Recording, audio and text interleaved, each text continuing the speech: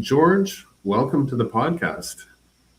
Thank you very much for having me. It's a pleasure, and it's good to reconnect again. It is. It's been a few months. I don't know, 3 months, six Yeah, months, but gosh, what is time? What is time? time does fly by. So it's hmm really great to reconnect, and I'd love for you to tell the guests about your background. Yeah, sure. My name is George C.O.C. Samuels, also known as the Digital Wayfinder because of my cultural heritage. I'm part Polynesian, part Fijian Indian, and grew up in a lot of different places. So, we're going to be talking about freedom. My life has really been about having a bit of physical freedom by moving across countries growing up. But fast forward to more of my career over the last 15 years, I've been in the emerging tech space, have experienced all the different tech waves that have come through that, and I've worked from startups all the way up to corporate and government. Was involved with Bitcoin as far back as 2012. Worked across fintech, blockchain, community management at one point, and am involved in AI currently. But Bitcoin holds a very special place in my heart because back in 2012, the spirit of Bitcoin and what I experienced personally through it was truly revolutionary and hyper innovative from a technical standpoint. And that brings us to today. And so I think we'll talk a little bit more about some of the ventures I'm currently working on, but more specifically, about the Bitcoin experiences and the future. Yeah, the Bitcoin experiences are super interesting. I Yeah, definitely want to deep dive into that. yeah, Um, you know, I came to Costa Rica from Canada, as you know, and there wasn't a lot of hope leading to yeah, that transition. And Bitcoin gave me a huge amount of hope, as did the Bitcoin community, and connecting with people yeah, like you. So thank you for that. yeah, yeah. I know. Normally, I ask now what your company's mission is, and Mm, with you, I know there's a multiple number things. of different buckets, and your fingers are in a number of things. So Yes. maybe if you can go through those, starting there. Yeah, for sure. For sure. Um, I would say at this point in time, my mission has actually become about protecting human minds. And there's a whole backstory around this. But with what I've been seeing around AI, there is a sort of cognitive collapse that is kind of on the horizon. There you might have been hearing about people that have experienced psychosis and all these other sort of things, but this cognitive tax from tech in general has been there, but it's now just being accelerated by AI. And so there are a lot of cases increasing of people who are just having this sort of cognitive collapse. I think some people are uh, focusing more on like, oh, there's cognitive deterioration or decay happening and those sort of things. But I think it's more about like if people aren't aware and aren't consciously using their technology appropriately, AI will just have this cognitive rewiring, on people who aren't attuned, for this new world. And it's super fascinating to watch because I think, there's still only a very small sliver of people in the world who are actually using AI, right? We're in like the fortunate percentage of people who are using it. And, I use it a lot myself.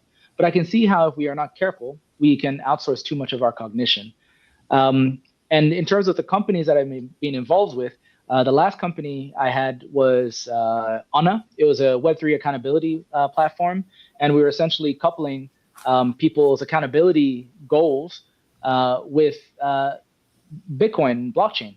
And so it was super fascinating because we were getting into prediction markets before prediction markets like really became a thing on chain.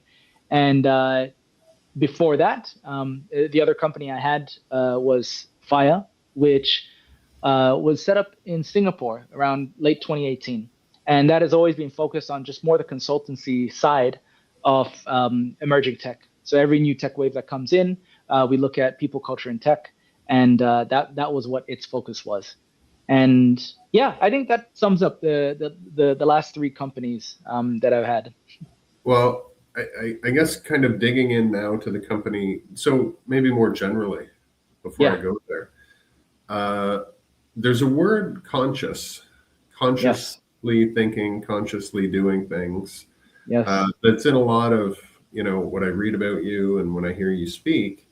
Yep. Uh, what exactly does that mean? Yeah, let's just replace conscious with intentional, right? I think different people have a different relationship to that word. It's super fascinating, right? When you use the word conscious, because I think like other words in the English language, it can have multiple meanings. So for me, at least in the way that I'm approaching conscious stack design, which is a system that I'm sharing with a lot of people, and we're getting super interesting results from it.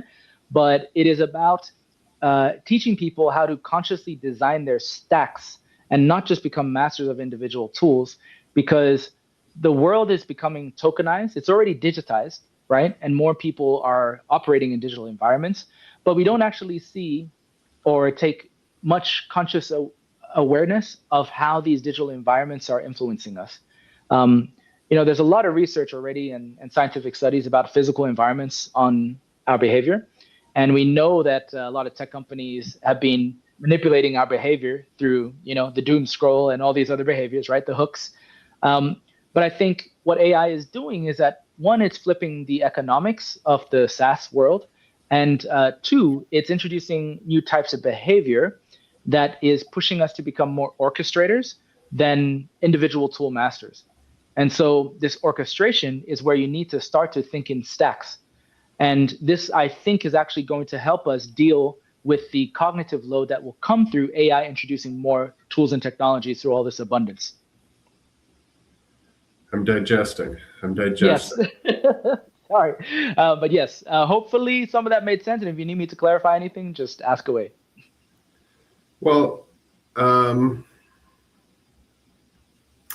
guess maybe if you can dig deeper into some of the specific problems that you Yep. see from kind of outsourcing your life to AI. I mean, my experience, and I'm sure a lot of people listening to the podcast or hearing about it, is, we use these tools, do things that I would normally do, and they take up my time. And I can automate some things. If I want to do some research, for example, in my company, we're doing some research into some compliance issues, not really my strength or something I, want to do, but it was Yeah. able to just generate a ridiculous amount of output.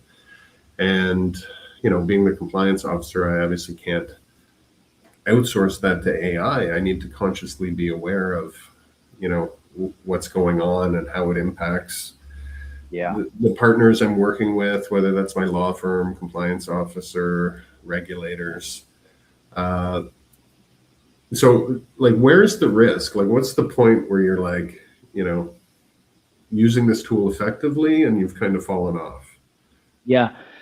So the signals that I'm already seeing is where professionals like yourself or those who have deep expertise, where they've outsourced so much of that thinking that they can't even remember how to open their email because they've outsourced. This is happening now, where like if you go to Reddit and you look at all the stories that are coming out, and I've also seen posts from some really smart friends of mine where they're sharing these sort of stories where they got so used to using agents for everything that they had this moment where they forgot how to just open up an email and hit reply.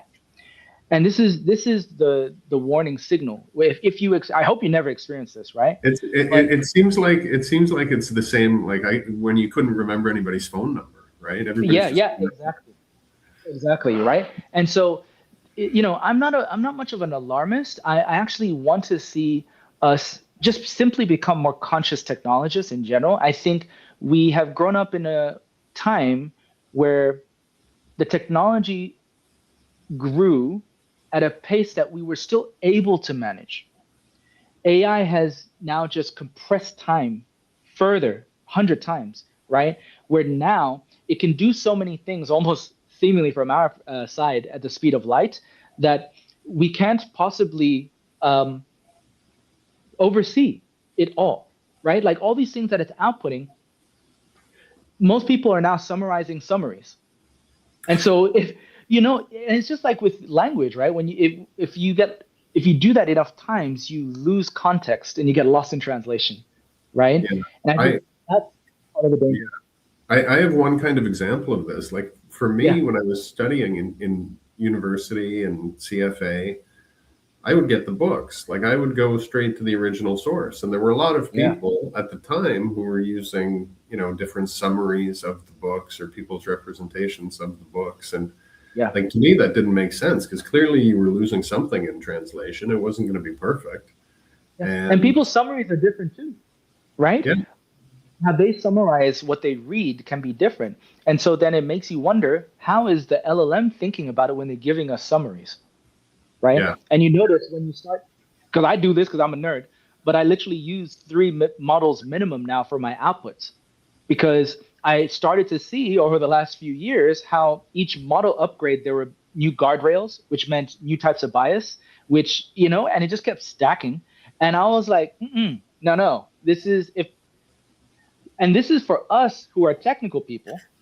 So I mhm, can only imagine if it starts to hit the masses, they won't even realize how their minds and cognition are being rewired just through the simple summaries and relationships that they're having in a technology that is so good at mirroring what we want to hear. yeah. I agree exactly 100% with what you're saying. So there's one tool I use for some automation at work, Yeah. and it's just become a bit woke on me, right? It won't do certain things Yes. that it doesn't kind of. Uh, so I find that strange. But I think Yeah. another experience that I'll point to is like when I was developing Cadena, and so this was like end of 2024. Yeah. In the early AI tools, and it just shows how much things have changed and come up. But I Mm. was using the tools to get me to a certain point. The tools didn't help Yes. beyond that, right? Like I had to connect some things on my own. The AI didn't know, Yes. that Cadena was even possible, if that makes any sense. It was just, Yes. at the time, maybe Yes. it does now, but it wasn't, helpful beyond a certain point. And it kind of reached the Yeah. limits of its knowledge, and that was it. And so Yeah. I don't know. I guess that continues for a few things. Yeah. No, 100%. And uh, just give me a sec. I think something's slowing down my computer, so I'm just gonna try and like quit this thing Yeah. that just randomly started up. I don't know why it does this. It's like Zoom sometimes. You know how it just like decides to upgrade things without you wanting it to? Okay, That's let's technology. see. I think that's exactly what we were talking about. It's decided for you, George, that it knows Yep. better how Right. to operate your computer, right? Right. Right. But you can still hear me, right? I don't know why I can hear you. Let I'm me showing see. up. Did Hmm. you go back to your camera may have disconnected or whatever the app was took your camera. Okay, let me try. I'm just gonna quickly switch and if I can. Yeah, it's like the camera, maybe because we were talking about technology, right? The technology was like, hey, I'm still here. I can hear you. What is this? All right. Yeah, sorry about this. I don't know. This is strange. I think this is the first time Well, this has happened. but I find, George, I'll say this as you're trying to get it back on. Yeah. Like we had Yeah. issues yesterday, and I don't know if you have this in Thailand or had it in Mexico, but like electricity Yeah. isn't the most reliable thing in these emerging markets. And so the electricity went Yeah. off a couple times yesterday for 10 minutes, and it kind of throws a bit of a wrench in, your podcasts Yeah. or your meetings or whatever's going on. And 100%. sometimes the internet just does that too, independently. Um, Yeah. these things we take for Okay. granted, but it's life, right? We move on. There you 100%. go. Okay, you I got can, me. Okay. I can see you again. All right, so Perfect. I mean, let's yeah, start with a new sure, topic continue. here, and then we can probably Yep. edit out a bunch of stuff here. So, Okay. do you want to tell us a bit about the company's mission? Yeah. So for conscious stack design, the mission essentially is to protect human minds. And I think I had mentioned this, right, in terms of Yeah, that particular mission. And this to me has become, I feel like it has become so ingrained on what I want to focus on for the next, foreseeable, like even like the next 10 years minimum. Because I see how our minds is the next thing that needs to be protected against just the influx of technologies. Like there are so many innovations coming out. I don't know, like there was one week just a few weeks ago where all these countries were releasing cures to different types of cancer all at the same time. And I'm going, that's strange. Like, did they have this the whole time, or is it because of AI, right? That now they are able to crack these things. I don't know what's going on, but the the danger here is, I feel like for human beings, it is important for us to keep our own minds working because we also have higher cases of Alzheimer's and or what's the other one? Just a lot more mind related Yeah, diseases, that have been Parkinson's. exactly. Different things. And Yeah. so, I think that is something that's important because what's happening now is we've outsourced so much and now we're starting to outsource our own minds. And a lot of our economy has been based on knowledge workers. And so if we outsource that part, what is there left for us in modern times? Yeah, it's super interesting to hear you say that. And like one of the thoughts that's been running through my head as we're having this conversation is like there's probably 20 years of my life where I was getting up, going to work and, accumulating funds so I could, take care of kids and do these things. And at no Yeah. point was I really like even in a position where I was rested enough to be able to say, hey, is this what I actually want to be doing? Is this, the right thing for me?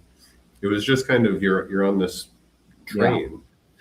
The other thing I'll say about what you're saying Mm, in terms of outsourcing your thinking to AI, I feel it's kind of yeah. the evolution of Mm, what's happened because we've essentially outsourced everything. Like in Canada, it was became very obvious over a period of time that people outsourced their thinking to the news, right? So there was a time where the news was like a mm, factual reporting of events, and then there's a time now where the news is in Canada specifically, some government propaganda driven by an agenda. And so at some point yeah. those things switched. Yeah.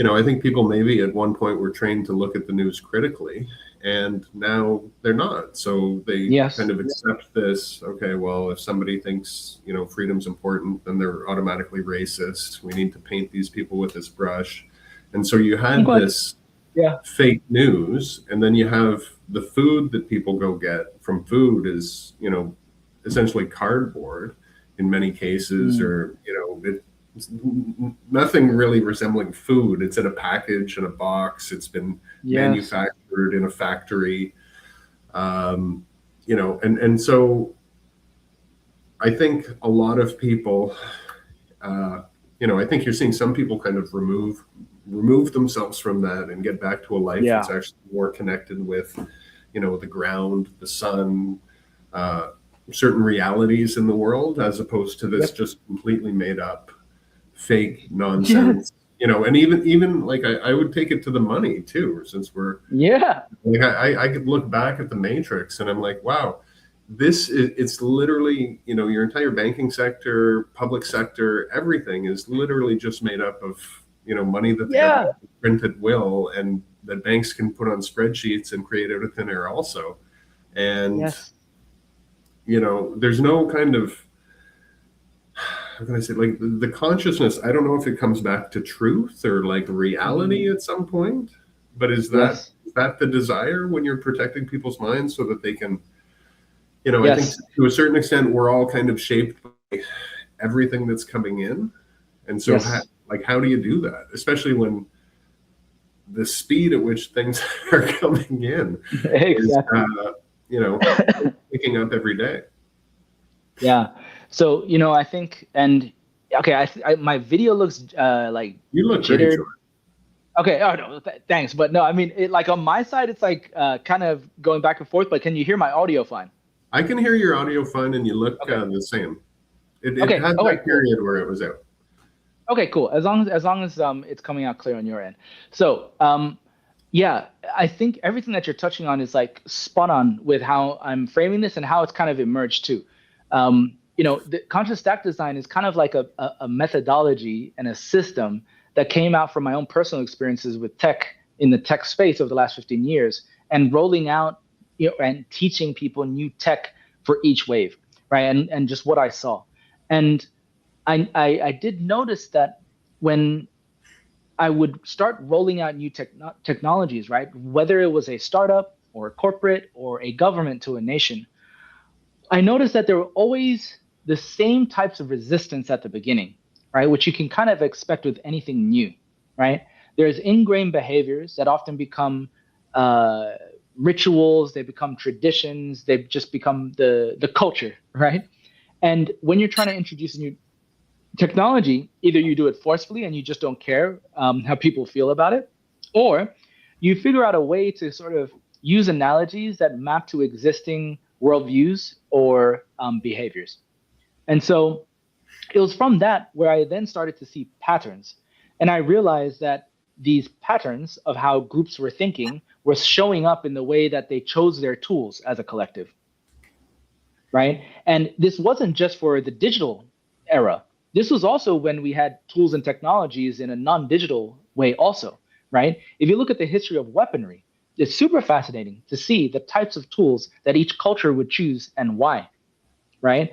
Why they would, be more, they'd be stronger with, say, a longbow or, a simple bow, a crossbow, or why some would have large, long swords or big swords versus, small, thin ones.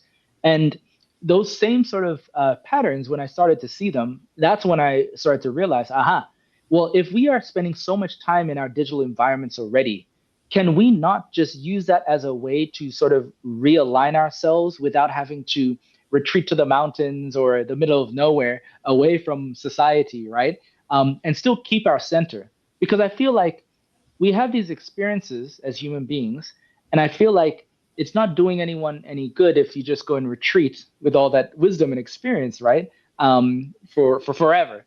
I feel like we do need to find a way to be able to integrate back so we can balance, well, I don't know if balance is even the right word, but integrate the wisdom, that we all share through our individual experiences. Because I see everybody's experience as just data points at this point, right? As the techie inside of me just goes, these are all data points. And if we act like a large language model, we bring it all together and we see sort of what is the deterministic output that we are allowing out as a collective. Because LLMs operate in this way, probabilities, right?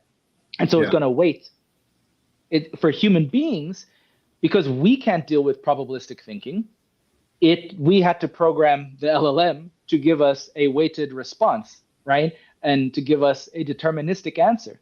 But actually, the LLMs are holding multiple viewpoints at the same time, constantly. You know, and I find that Yeah. particular part fascinating. I find, I'll bring it back to the news example. And like Yeah, when, you're shutting people's opinions out of things, and then the LLMs are basing their information on what's available to them. yeah, And, people with unacceptable opinions aren't allowed to do or participate in certain things. Um, you get really wonky results because yeah, you've eliminated the tails of, we correct. have this distribution of life, and the people on the outside of this normal distribution, they're the interesting ones, right? They're where the Yeah, innovation is coming. They're the ones where society's evolving. exactly. If we're Yep, all just kind of in the center here, yep, then we're just going to live the same life over and over again. correct. We're just going to get the averaged output all the time. And as you said, the innovation often comes at the edges. And so what I've taught myself to do is when I get answers for specific queries that I'm giving, I'll often tell it, uh, give me give me the answer in probabilities and order it from most probable to least probable. So that way I can take advantage of the LLM. And then I actually use three models at the same time for specific queries, right? Whereby it can give me three answers at the same time. So it can also reduce some of the bias that is inherent, of course, in each LLM. And to me, that has just been my own personal way of trying to train my mind in different ways, because I realize what the AI introduces is probabilistic thinking, right? I think some humans already think like that, but I think what AI is doing is that it is kind of pushing us to think in just different ways, new ways again. And I Yeah. think that it needs to happen, but it needs to happen in a way that we don't collapse in on ourselves in the process. Yeah. Uh, Sometimes it feels like so lots collapsing in on ourselves. I Yeah, was, right. I I mean, you've had all this experience in the space, and obviously being Yeah, in Bitcoin since 2012, I think brings a pretty unique perspective to this. Do yeah. you have any advice for builders in the space, or maybe what is your best advice for builders in the space? Huh. Um, This don't. is this is the portion of Yeah. the podcast where I'm looking for therapy here, right? Yeah. My advice, I think, is be careful of making money, kind of making money an identity. And why I say that is because Bitcoin has introduced the Bitcoiner, Yeah. where money, the first time in history, people are literally defining themselves by a currency, right? And because I don't know, you don't see people say, I'm a US dollarer or I'm a British pounder, you know?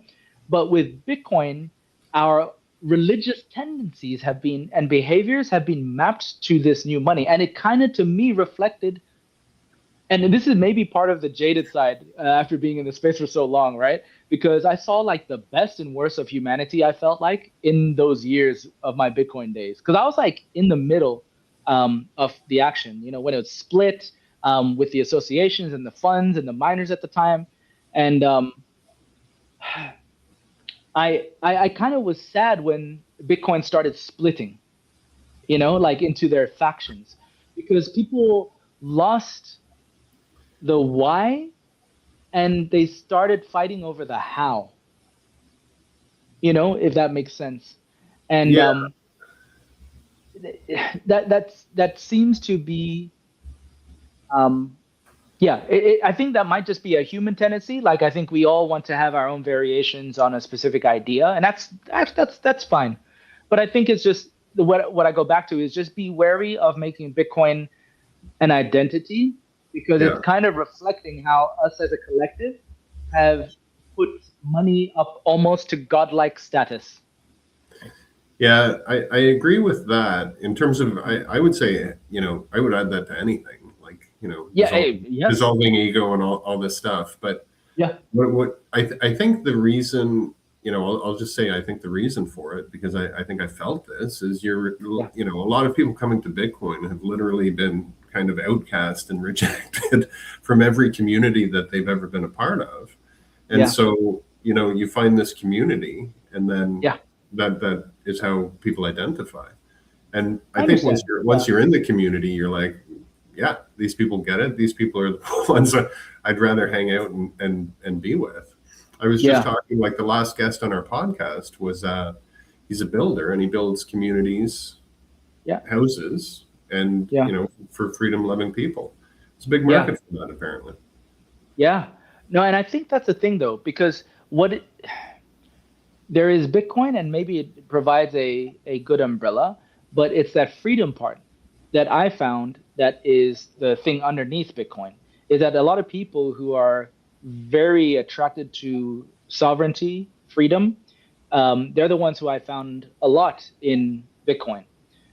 For my particular journey, I think I always resonated with people, regardless of camps, on that part, the freedom and sovereignty. And I live my life in that sort of manner. Like, I optimize my life for freedom and sovereignty with or without Bitcoin. And I think Bitcoin was a good support. I think people who made their money with Bitcoin obviously benefiting from it. But, there are some other, like everything in life, there's good and bad. And I think with Bitcoin, it is more just maybe becoming conscious too of even the ideologies or identities we take on, you know? And we were talking before about how AI is kind of pushing us to maybe think more about like why we do what we do and what we are truly um, interested in, right?